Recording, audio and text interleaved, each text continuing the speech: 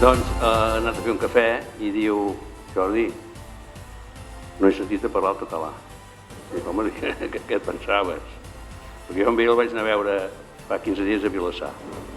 I ell es porta un missatge molt optimista, però molt, i esclar, la realitat... Aquí hi ha més gent que a Vilassar, per això. Em sembla? Que sí? No ho sé. Sí, em sembla que hi ha més gent que a Vilassar, aquí. L'important és la qualitat, no la No, quantitat. és qualitat, això ja t'ho dic, Avui és qualitat. Aquí anem. Però és que pensa que Vilassar té 21, van dir que eren 21.000 habitants, aquí en som 12 només, Bueno. Vull dir que ha vingut de Vilassar, ha vingut gent de Vilassar per això, Bueno, posem una mica d'humor perquè la cosa està prou trista i només falta que ens hi fotem més. Us deixo amb ell, que us ho explicarà tot això i després farem la pregunta que vulgueu i farem els comentaris que convinguin, vaja. Vale? Moltes gràcies d'haver vingut.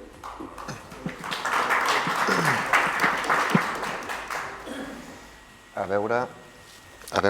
Va. Sí, aparto això, que em fa més nosa que... Primer de tot, moltíssimes gràcies per haver-me convidat, agraït que hagueu vingut. Vale. I creieu-me que faré els màxims esforços perquè sé que el vostre temps és valuós i us agraeixo de debò que l'invertiu en escoltar-nos. Em presentaré una miqueta breument. Em dic Santi Requesens, disculpeu. Soc llicenciat en Administració i Direcció d'Empreses, especialització en macroeconomia. La meva feina actual és pagès. Ja sé que sona una miqueta estrany, però hi ha mucha honra. Vaig desenvolupar la major part de la meva carrera professional als Estats Units, concretament a Nova York. Era executiu d'una multinacional i vaig decidir tornar aquí a Catalunya per aplicar els meus coneixements en comerç internacional per engegar la meva pròpia marca d'oli d'unes finques d'oliveres que tinc a les Garrigues. I a part m'he ficat en política, com que no estava prou entretingut. Mireu, soc membre d'Indiàgora, i ara em direu què és Indiàgora. És una organització de societat civil que col·laborem amb altres estaments de la societat civil, Cercle Català de Negocis, Fermet, després us en parlaré de tots ells, que estem fent ponències per tota Catalunya per convèncer la gent de que sembla que no passa res, però sí que està passant. Però està passant amb discreció. I ara que ho tenim tot ja prou lligat, és quan hem sortit una miqueta a la llum i estem voltant per tota Catalunya, no per donar solucions màgiques, perquè el títol del cartell és les 2 cartes guanyadores que té Catalunya per obtenir la seva independència. Aquestes cartes guanyadores existeixen i les coneixereu avui i se sabien el 2017 ja.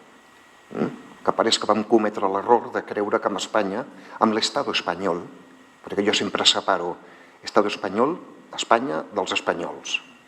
La meva lluita, la nostra lluita és contra l'Estado espanyol. A mi Espanya i els espanyols no m'han fet res. L'Estado espanyol sí. Els que manaven i els que tenien que liderar van cometre la ingenuïtat de creure que amb l'estat espanyol es pot negociar. I sí, amb l'estat espanyol i tant si es pot negociar, però apuntant-li el cap amb una pistola. I aquesta pistola la coneixereu avui. I sobretot que l'estat espanyol vegi que estem disposats a apretar el gallet.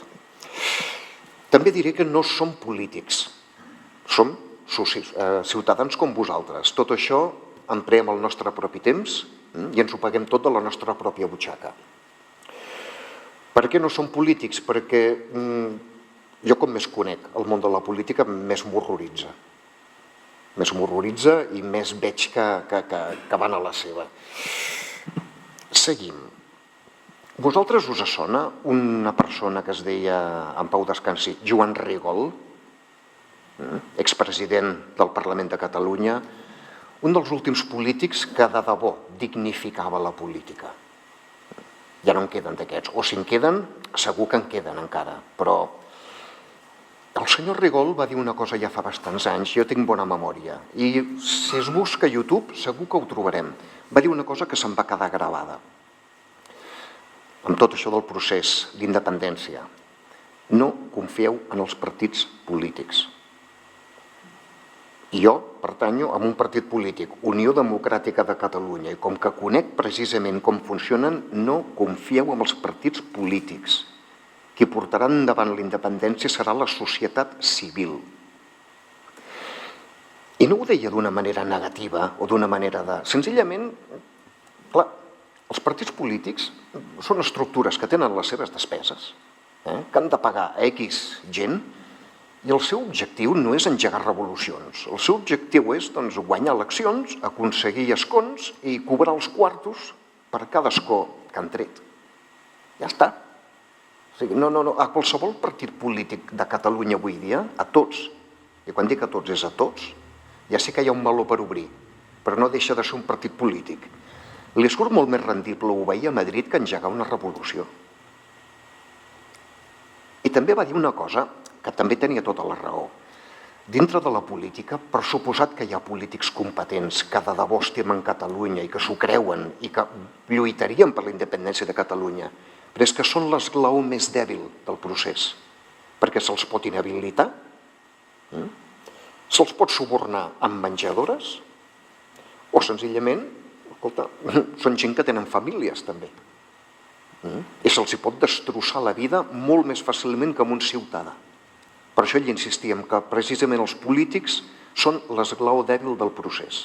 No ens en fiem.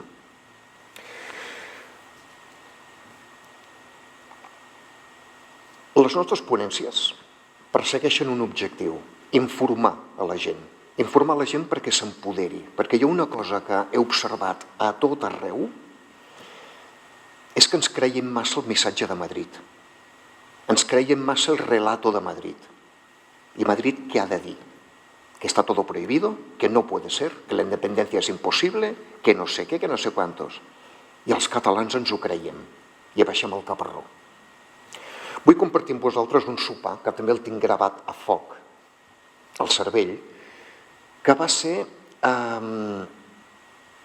no sé si va ser uns 5 o 6, una setmana després de que el Mariano Rajoy apliqués el 155. I literalment envaís la Generalitat. Jo soc membre d'una organització de servei social, no diré quina és, i teníem un sopar de gala a Madrid.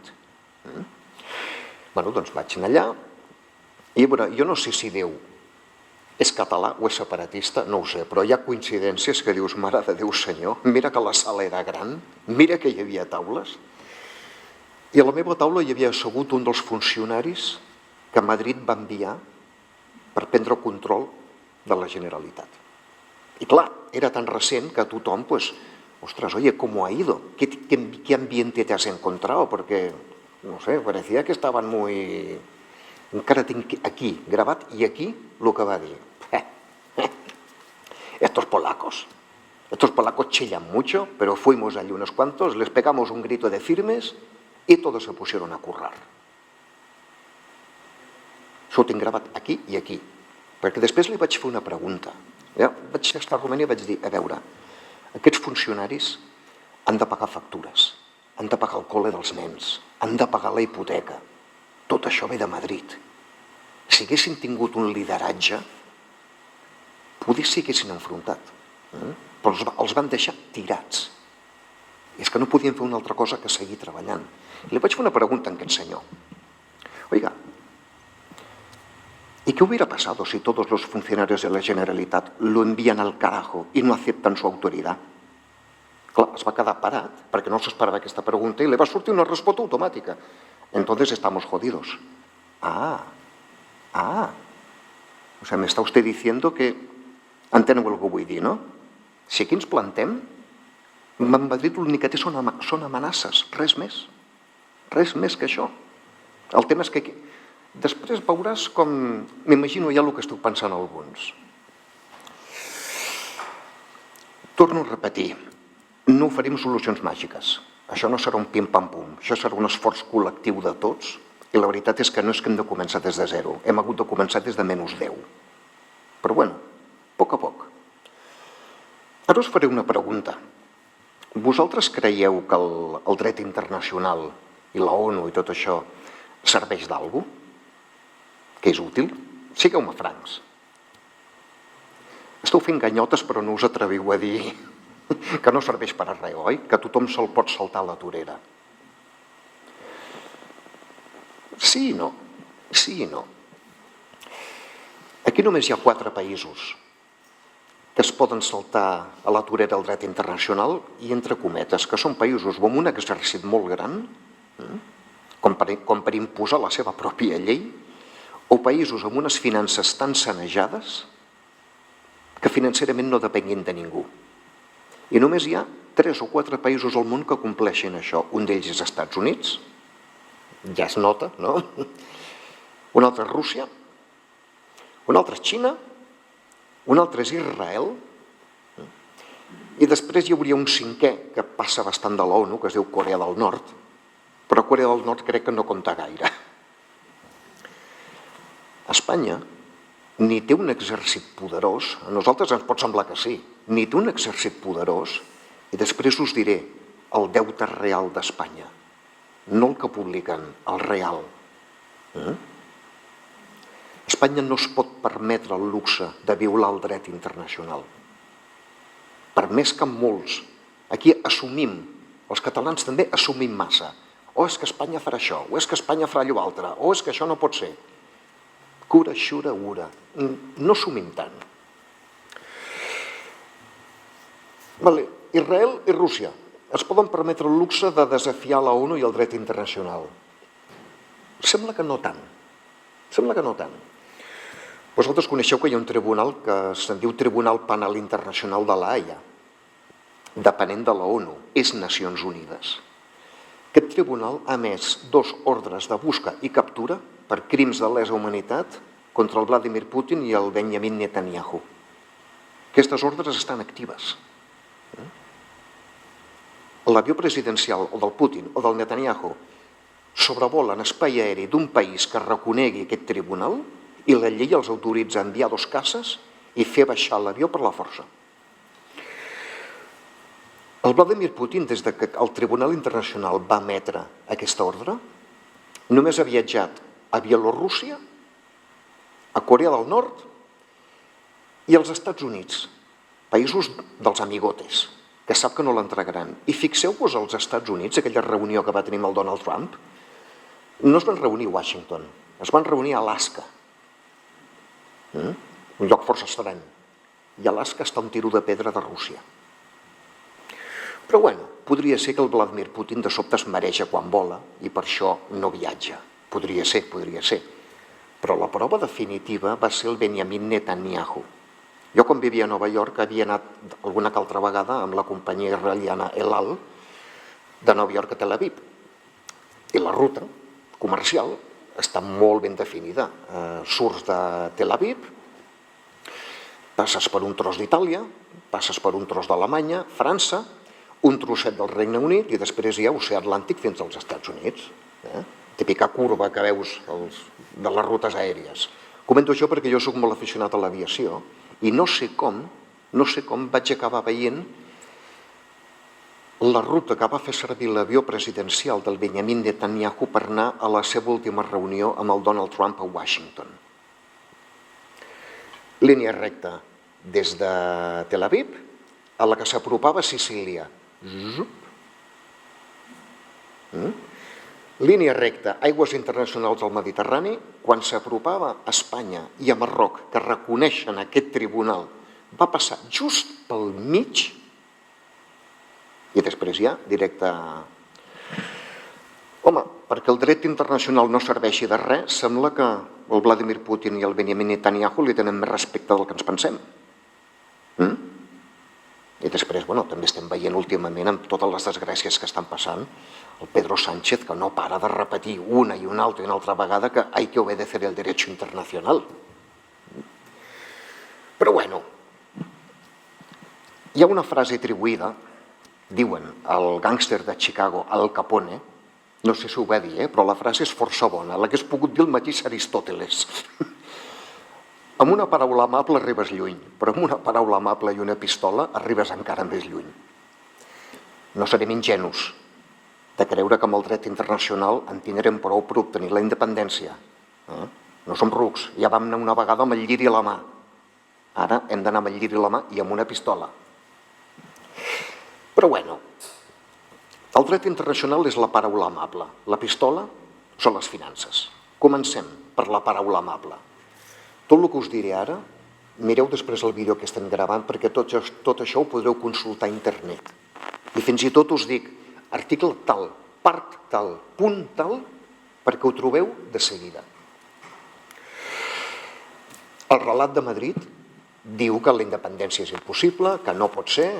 Qui era aquell? El Margallo, l'exministre d'Exteriors d'Espanya, el García Margallo, que deia que si Catalunya es separava, que estaria flotant en el ciberespacio por el fin de los días. Clar, hi va haver molta gent que s'ho va creure. Nosaltres estem fent aquestes ponències per tota Catalunya per demostrar-nos que de ciberespacio res. I tot això són lleis vigents, BOE, Boletín Oficial del Estado, que se suposa que és llei. Boletín Oficial del Estado del 30 d'abril de 1977. Pacto Internacional de Derechos Civiles y Políticos. Parte 1, artículo 1. Todos los pueblos tienen derecho a la libre determinación. Firmado Juan Carlos I, jefe del Estado español. Segon, n'heu sentit parlar de la Constitució espanyola? Sacrosanta, gravada en pedra, que no es pot canviar res i tal i qual. Doncs la Constitució espanyola, en un dels seus articles, especifica molt clar que es sotmet al dret internacional que emana de les Nacions Unides. I a la Carta Fundacional de la ONU, el primer que reconeixen és el dret de tots els pobles a l'autodeterminació. Per tant, per defecte, la mateixa Constitució reconeix el dret a l'autodeterminació de tots els pobles, no d'excolònies, no de tots els pobles. Perquè el Borrell, el Josep Borrell, ja va intentar marejar la perdiu amb no, això era per colònies, tots els pobles. I en cas de discrepància entre el que digui la Constitució espanyola i el dret internacional, és la Constitució espanyola la que s'ha de corregir. I això està escrit, Això no m'ho estic inventant. Bona, article 10. Els que esteu mirant-ho a YouTube, busqueu. Tercer. Aquí Indiàgora va descobrir alguna cosa que jo no puc qualificar més que sabotatge d'un dels pares de la Constitució. Perquè és que és tan obvi. No se'ls hi podia colar, això. L'article 2 parla i fa molt èmfasi en la indivisibilitat de la nació espanyola. Tots n'heu sentit parlar d'això, oi? La nació espanyola no es pot dividir. La nació no es pot dividir. I l'Estat? I el país? No diu res d'això. I nació, estat i país no és el mateix. Què és una nació? Conjunt gran de persones unides per llaços culturals, històrics i d'identitat. Catalunya podria esdevenir una república sobirana i seguir mantenint llaços culturals, històrics i d'identitat amb el País Valencià, que seguiria sent Espanya. Podem ser una república sobirana i independent sense trencar en absolut la indivisibilitat de la nació espanyola.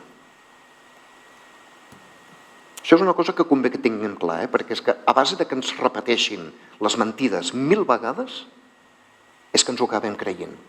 I aquesta és la nostra debilitat. Quart, article 8. Las Fuerzas Armadas defienden la integridad territorial de España.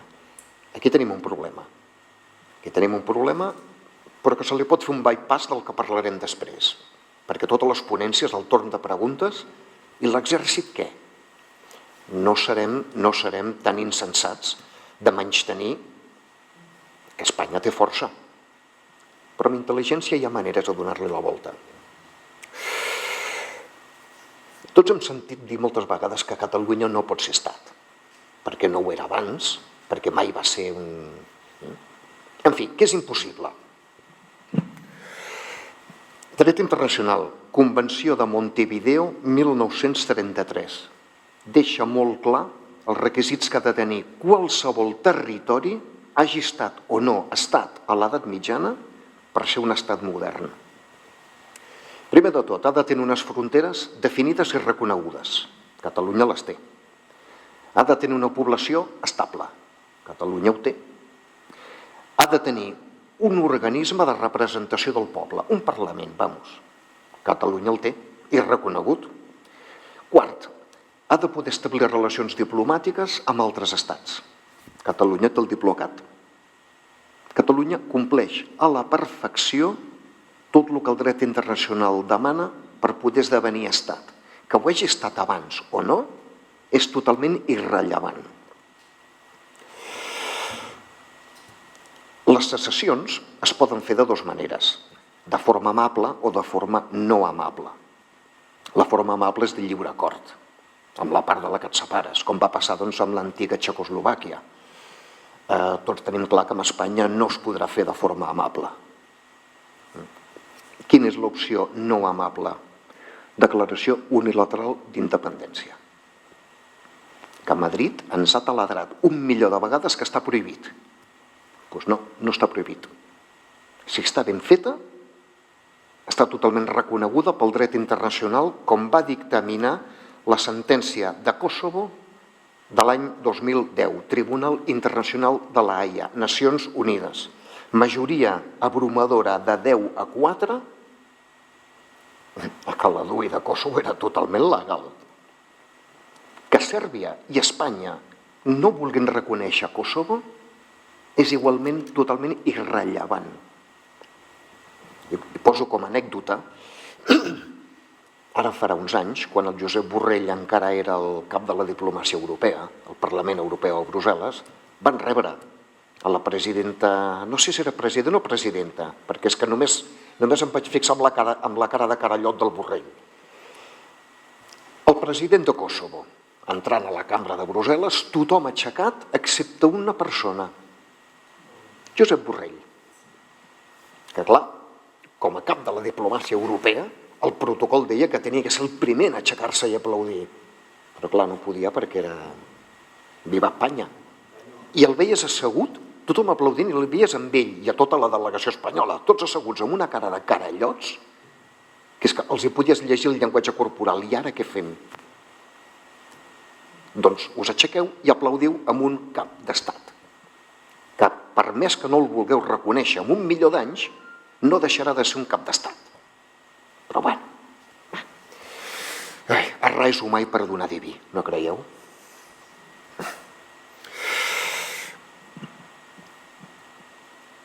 També aquí hi ha una cosa que la gent ha de tenir molt clara.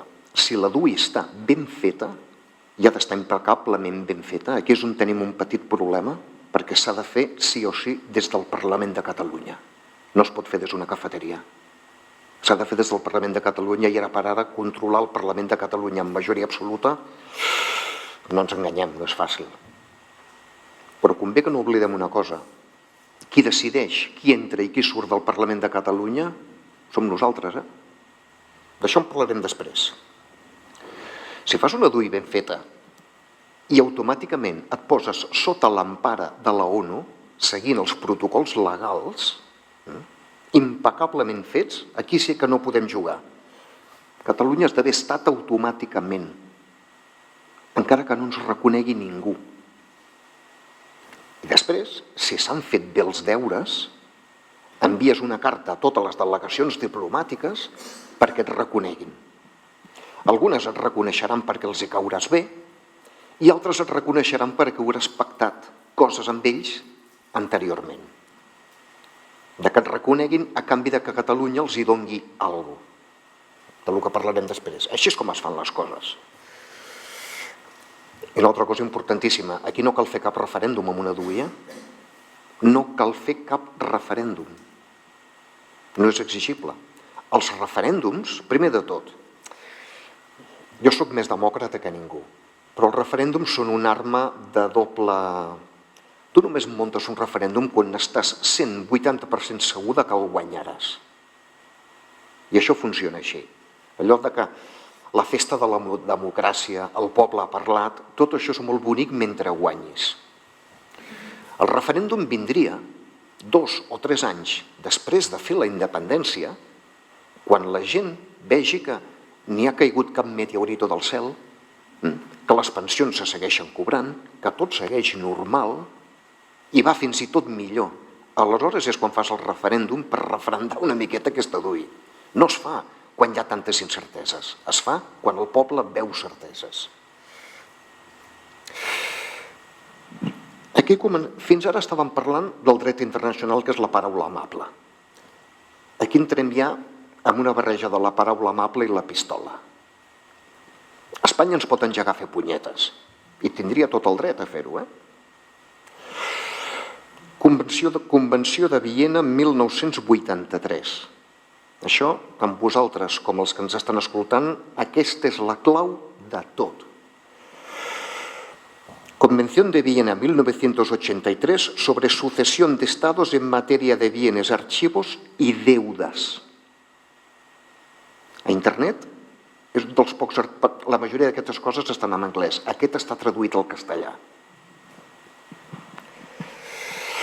Parte 4. Deudas del Estado. Article 38.1. Repeteixo, article 38.1 de la part 4.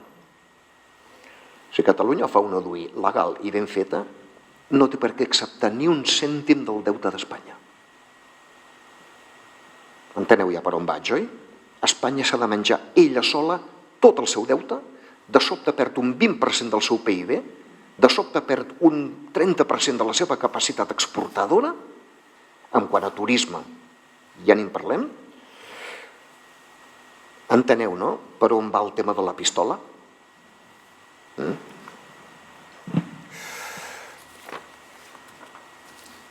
Hi ha un altre article dintre d'aquesta Convenció de Viena que és encara més divertit. Article 18.1-A. En cas de que Catalunya es vegi obligada a executar una DUI, tots els béns immobles d'Espanya a Catalunya legalment passen a ser propietat de Catalunya. Quins béns immobles? L'aeroport del Prat, el port de Barcelona, totes les carreteres, el quartel del Bruc, les casernes de la Guàrdia Civil, trens. Amb això dels trens, gràcies per donar-me el d'això, perquè hi ha un detall pràctic. Hi va haver un país que va aplicar això i li va funcionar. Em sembla ser que era Lituània o Letònia, no ho sé, quan van fer la seva DUI. Van declarar la seva DUI en una hora una miqueta estranya. Era com les 11:30 de la nit, eren gairebé les 12. Per què van esperar fins a les 12? A que l'últim tren lituà que estava a la Unió Soviètica tornés a casa. I la Unió Soviètica, que jo diria que era més forta que Espanya, no va poder dir ni mu. No desprecieu el dret internacional, sobretot si ve acompanyat d'una pistola. Bueno, quina és la situació financera d'Espanya? Per què? I aquesta és la seva gran debilitat. Espanya pot semblar molt forta, però en el fons és molt més dèbil del que ens pensem. Perquè té un deute, oficialment, ho hem calculat una miqueta grosso modo, perquè clar, com que no es diu res, com que el deute que es publica oficialment és mentida, i és mentida perquè està, diguem-ne, tapat per una cosa que se'n diu protocolo de dèficit excessivo, que per no marejar-vos, perquè és una miqueta un parche comptable, per certs deutes d'institucions de l'Estat no es comptin com a institucions de l'Estat. És una miqueta com la part, és una miqueta com la vessant financera de la parte contratante de la primera part, més o menys. El deute d'Espanya a dia d'avui és d'aproximadament 2.230.000 milions d'euros, un 133% del seu PIB, i pujant. No pot ja ni pagar els interessos. O sigui, catàstrofe total. L'últim primer ministre que va tenir França, no sé si l'han fet fora, perquè va dir alguna cosa que era de sentit comú, però clar, la gent... El primer que va dir va ser que hem d'arreglar les finances, hem de retallar despeses, perquè estem al 101 o al 102% de deute del nostre PIB. I estava alarmadíssim. Espanya està al 133 i aquí ningú diu res.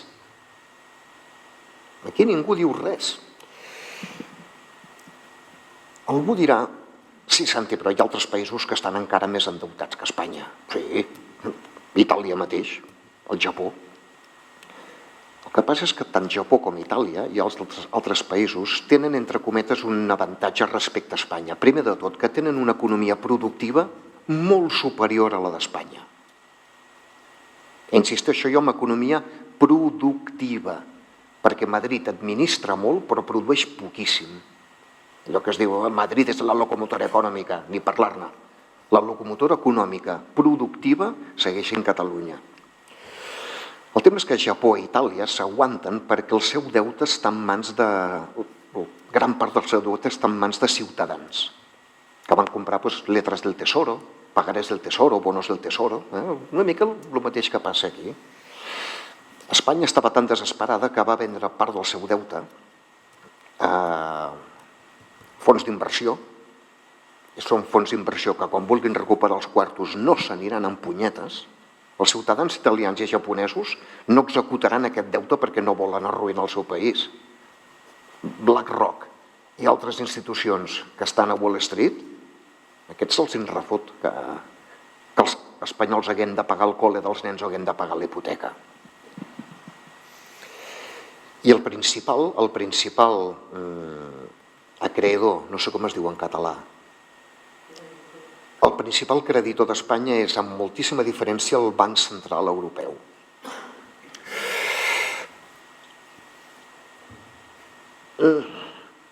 Siguem francs, Espanya, Catalunya, fent una DUI, arruïna Espanya d'immediat.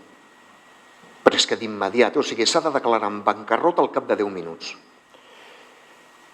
I el deute de 2.230.000 milions que té ara s'hi hauria d'afegir el mal que aquesta DUI produiria quan tots els béns immobles d'Espanya a Catalunya es quedessin a Catalunya. El Cercle Català de Negocis ha fet un estudi ja d'això, i molt acurat, En aquests 2.230.000 se li haurien d'afegir uns 820.000 milions més, que és el que val tot el que té l'Estat espanyol a Catalunya. Inviable. Inviable. A veure, aquí és on entra saber utilitzar la pistola no amb el fetge ni amb testosterona, sinó amb neurones i amb el cervell i amb fredor, perquè no ens convé arruïnar Espanya. I Catalunya ho podria fer. Podeu mirar tot això a internet i veureu que és totalment legal i vigent a l'espera que ens atrevim a tirar-ho endavant. Però no ens enganyem. A Catalunya no li convé arruïnar Espanya perquè nosaltres també rebríem i ens veuríem arrossegats pel nostre propi tsunami. Quina és la manera de tractar amb Espanya? Que és dir-li, mira, tu i Brussel·les ens reconeixeu la nostra independència com a sobirans i a canvi nosaltres, Catalunya, accepta automàticament un 20% del deute espanyol. Madrid podria dir que no. És molt possible que digués que no. I aquí és on s'han fet els deures amb discreció anteriorment, que és tothom que ha prestat diners a Espanya haver negociat amb ells abans. Em sembla que el Regne Unit ha prestat diners a Espanya, el Banc Central Europeu. I una miqueta parlar amb ells abans per dir, tots vosaltres que dèieu que això era un assumpte interno, doncs ara no és un assumpte interno, ara és problema vostre. Perquè si Espanya cau, vosaltres no cobrareu mai. Si ens reconeixeu la independència, Catalunya automàticament es fa càrrec del que us deu Espanya. I això funciona així, una simple negociació. Portar els actors importants, ficar-los a dintre l'equació perquè siguin ells els que se n'assegurin que Madrid complirà amb la seva part del pacte. I ara em direu, Santi, això no pot ser. Bé, és qüestió de fer-ho. Si sempre estem dient no pot ser, no pot ser, no pot ser, segur que no passarà. Les finances i el dret internacional diuen el que diuen. També hi ha una cosa que hem de tenir molt clar. És essencial que hi hagi una transició de sobirania ordenada. I això només es podrà aconseguir pactant amb Madrid i que sobretot Madrid es cregui, no anar a Madrid o que ells vinguin aquí amb, anem a negociar, a veure a Madrid què es pot fer. No. Aquesta és l'actitud que ha estat sempre deixar-li molt clar a Madrid que a partir d'ara les coses han canviat i que si Madrid o Espanya no accepta aquestes condicions, signem la DUI i a fer punyetes, i ens n'anem a fer punyetes tots. A mi em sorprendria que Madrid, si veu que Catalunya va de debò seriosament, a mi em sorprendria que Madrid digués haced lo que queráis, i més quan tindríem un banc central europeu, que és el seu principal creditor, no facis tonteries, Per què ens interessa una transició de sobirania ordenada per garantir el 120%, màxima seguretat jurídica, màxima seguretat empresarial i màxima seguretat en tots els sentits? Si tiréssim pel dret, aleshores sí que provocaríem una fuga d'empreses. I passaria a l'endemà. Si tiréssim pel dret, l'estatus legal dels catalans quedaria una miqueta no a l'aire perquè ja seríem estat, però seria córrer massa riscos, massa incerteses. I amb aquest tipus de procés el que hem de fer, l'assenyat, és reduir les incerteses a la mínima, és impossible reduir-les totes, però a la mínima expressió. I també pensant en els catalans que hi ha aquí fora que no pensen com nosaltres.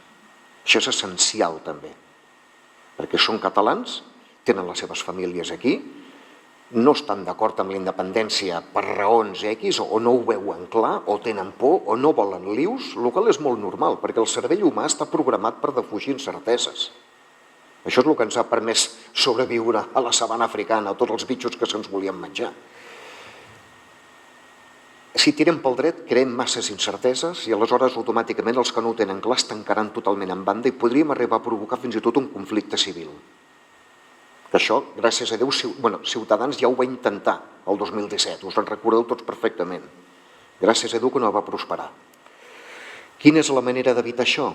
Doncs fent una transició de poder totalment pactada, ordenada, i en la qual l'endemà se sàpiga perfectament tot el que passarà. Jo sempre dic, mig en broma, mig seriosament, que el meu somni, si jo fos el president de la Generalitat, el meu somni és fer la declaració d'independència més avorrida de la història. Però enteneu el que vull dir, no avorrida, eficient. Que l'endemà tothom es quedi, i era això? Què et pensaves? Que l'arcàngel Sant Gabriel baixaria del cel amb una estelada? Jo seria el primer que tindria ganes de sortir al carrer a cridar. Però calma, perquè s'han de fer uns passos molt delicats. I també és essencial aconseguir que Espanya es porti bé amb l'amenaça de la pistola, perquè per més que la llei estigui de la nostra part, Espanya ens podria fer tant la punyeta, si Espanya ja no té res a guanyar, ens podria fer tant la punyeta que és que ens amargaria l'existència i potser no ens en sortiríem. Poso un exemple molt clar. Les pensions. Les pensions, segons el dret internacional i segons la llei, les ha de pagar Espanya. Si Catalunya se separa, les ha de pagar Madrid perquè els catalans hem estat contribuint a Madrid. Si Madrid no té res a perdre perquè hem fet una DUI a la brava, perquè és el que faria jo. El primer que diria, sabeu que això de les pensions feu-vos fotre. Però és que diu la llei, sí, ja sé que Catalunya té raó, però denuncieu-me a Brussel·les. D'aquí 7 anys emetran sentència, però vosaltres ja haureu tingut a Catalunya una revolució de jubilats. S'ha d'evitar això. I coses com les pensions, 14 coses més que nosaltres tindríem la raó legal, però és que si Madrid diu que no, això, denúnciame a Brussel·les, i els hi donaria exactament igual. Es tracta una miqueta d'arribar a un pacte de win-win situation. Ara, això sí, amb la pistola carregada, res de lliris a la mà i deixant molt clar que aquí hem de guanyar els dos. Si no, Catalunya podria anar al ciberespacio, però Espanya quedarà arruïnada per 3 generacions. Ens fan moltes vegades, l'altre dia, en una ponència, algú em va acusar de... no acusar, va dir, ostres, però és que, Santi, això és anar amb un llibre a la mà com el Gandhi. A veure, jo no sé si el Gandhi portava a la mà un lliri o una carxofa o un gerani, no en tinc ni idea, però sí que tinc molt clara una cosa, que va guanyar. I amb el tema de l'exèrcit, ara us explicaré una història que me la invento, però no us sorprengui que anés una miqueta així. El virrei de l'Índia era Lord Mountbatten. I això que diré ara es pot aplicar a l'exèrcit espanyol, perquè l'exèrcit espanyol, la Constitució, l'autoritza a garantir la integritat territorial d'Espanya. Aquí la llei està a favor seu. Bé, Lord Mountbatten, cosí de la reina Isabel, una persona molt assenyada, virrei de l'Índia. Lord Mountbatten, hi ha aquí un senyor que es diu Gandhi que el vol veure. Que passi.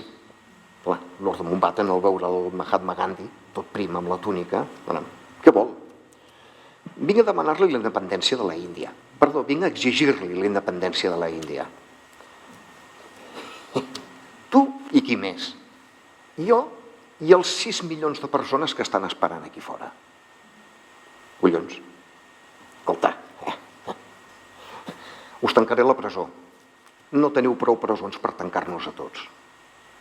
Hòstia, doncs té raó. Us enviaré a l'exèrcit. El Regne Unit segueix sent imperi i tenim... Sí, ja sé que teniu l'exèrcit més poderós del món. Però mentre ens esteu matant a tots, els mitjans de comunicació de tot el món ho estaran gravant en directe. Digue'm, la teva reina està preparada per passar la història com una assassina? Tornaré demà. Lord Mountbatten truca automàticament a la reina Isabel. Cosineta, que sàpigues que acabes de perdre la Índia, perquè aquest filferro calvo ens ha portat a l'únic terreny on no podem guanyar, el de l'opinió pública. Exèrcit espanyol. És evident que Indiàgora, ni cap de nosaltres ens podem posar en el cervell dels molts salvapàtries amb bigoti que abunden a Espanya. Ara n'hi ha un de menys, ja, afortunadament. No ho sabem, no tenim una bola de vidre, no som l'oràculo de Delfos. I evidentment que algú a Madrid podria perdre els nervis i enviar els tancs, aquesta famosa amenaça, us enviarem els tancs. A veure. Primer de tot, tornem al dret. Hi ha un article de la Unió Europea que deixa molt clar que qualsevol país que empregui l'exèrcit contra la seva població se l'expulsa automàticament de la Unió Europea, excepte en un cas molt concret, que la població civil engegui una rebel·lió armada. Aleshores sí que l'exèrcit podria actuar. Si els catalans seguim actuant pacíficament, una altra cosa és que la Unió Europea volgués fer fora Espanya, ja ho veuríem, però de moment la llei està a favor nostre.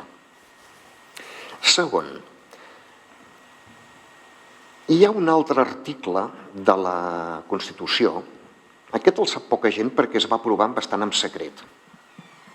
Quan era president el Zapatero, el deute d'Espanya començava ja a fer por, i això si entreu a internet ho podreu veure. El ministre de Finances de l'Angela Merkel va trucar a la que era ministra d'Economia d'Espanya en aquella època, em sembla que es deia Elena Salgado. I jo no sé què li va dir, però el que sí sé és que l'endemà, o de nit, el José Luis Rodríguez Zapatero i el cap de l'oposició, l'M. Rajoy, per cert, us diré una cosa, M. Rajoy era el Mariano Rajoy. Què me'n dieu? Què me'n dieu? Allò que es diu que la Constitució no es pot reformar, doncs van incloure un article que els hi va venir ordenat des de Madrid, des de Frankfurt, no ja des de Berlín, des de Frankfurt, que en cas d'impagament, d'Espanya, el deute exterior és prioritari i passa per damunt d'ensenyament, de sanitat, de serveis socials, de tot. En cas de que a Espanya les finances col·lapsin, el primer que es paga és el deute exterior. I aquest article és vigent, Aquest article és vigent.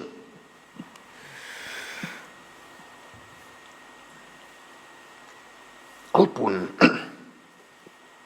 Us comento això més que res perquè si el Banc Central Europeu executés a Espanya, o els homes de negre de Frankfurt vinguessin aquí a Espanya, és que literalment l'exèrcit espanyol no tindria diners per pagar els sous dels soldats ni per pagar la gasolina dels tancs. Així de simple. Tots sabem com funciona l'execució d'un banc i el Banc Central Europeu no deixa de ser un banc. Per aquí hem de jugar una miqueta amb la psicologia. A veure, ens han venut que tot l'exèrcit espanyol està replet de fanàtics de Vox. I segur que n'hi ha, seguríssim que n'hi ha.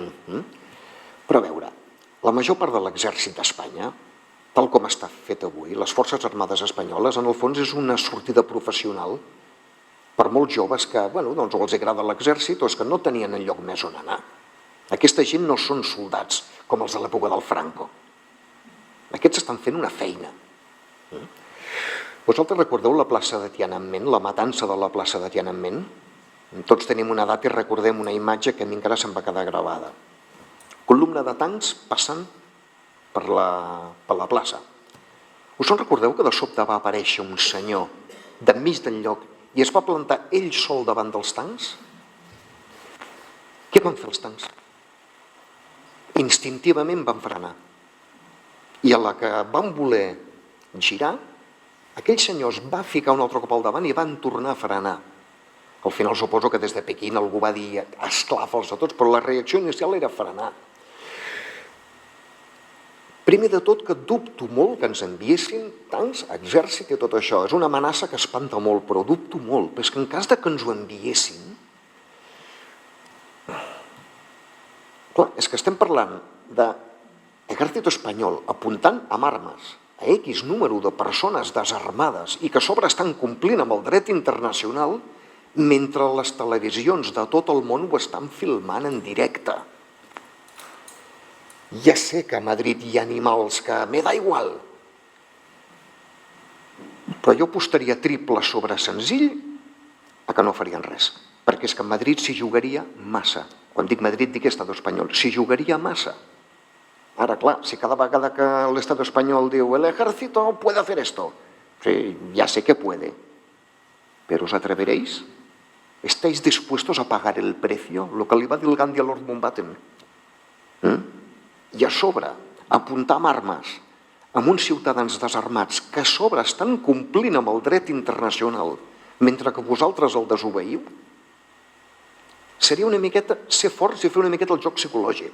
Poso un altre exemple. La revolució dels clavells a Portugal. Molts us en recordeu.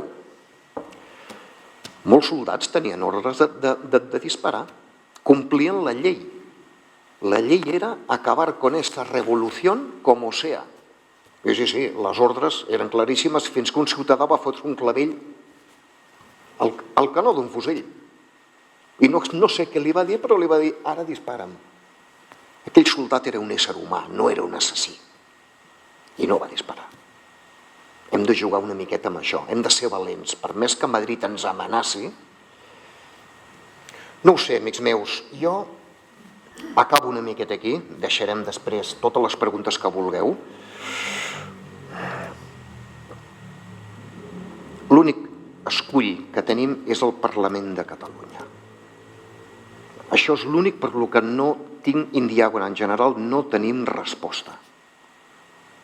Ara, tenim entre cometes una cosa al nostre favor. I us ho comento una miqueta perquè ens animem. En tot projecte, empresarial, familiar, polític, hi ha dos factors, els que depenen de tu i els que depenen de coses que no pots controlar. En el cas de la independència de Catalunya, tenim la increïble sort que els factors que no podem controlar ens afavoreixen, que és el dret internacional i el deute d'Espanya. El que queda per fer ara és el que depèn de nosaltres. Ho hem de tenir claríssim. I tornar a insistir en que, ostres, el Parlament, que complicat, és un guirigall, no sé què, és impossible, majoria... Vale, tot el que vulgueu. És impossible ara. però convé tenir clar que qui entra i qui surt del Parlament de Catalunya ho decidim nosaltres. Per tant, a les properes eleccions, ojo amb creure'ns certes coses, perquè tots els partits polítics, tots, l'únic que aniran és obtenir seients per poder cobrar el que Madrid els enviï. A veure, també moltes vegades ens pregunta la gent, sí, però Santi, la societat civil no tenim poder, no podem fer res. Aquí a Argentona, per l'alcaldia, sabeu, hi ha molta gent que ens està veient des de casa, no ho saben. És aquí ho direm, hi ha una cosa que se'n diu agrupació d'electors. No cal fundar un partit polític. Pots fundar una cosa que se'n diu agrupació d'electors, a internet hi ha tota la normativa de com s'ha de fer. Jo no dic que sigui bo o dolent, però crec que els catalans ho hem de saber. Perquè és que si ho deixem tot en mans dels partits polítics, no sé jo on anirem a parar. En qualsevol cas, amics, acabo aquí. Torno a insistir. Segur que més d'un i més de dos i més de tres diu tot el que esteu dient és somiar druites, tot el que esteu dient és podeu pensar el que vulgueu, però tot el que he dit ho podeu consultar a internet i veureu que és totalment cert i totalment vigent a l'espera de que els catalans tinguem un líder o un grup de líders, perquè els líders som nosaltres, que estiguem disposats a fer servir tot això amb intel·ligència, amb seny i també amb la pistola carregada si cal. Això és essencial, la pistola, perquè si no, Madrid tornaran a riure-se'n de nosaltres.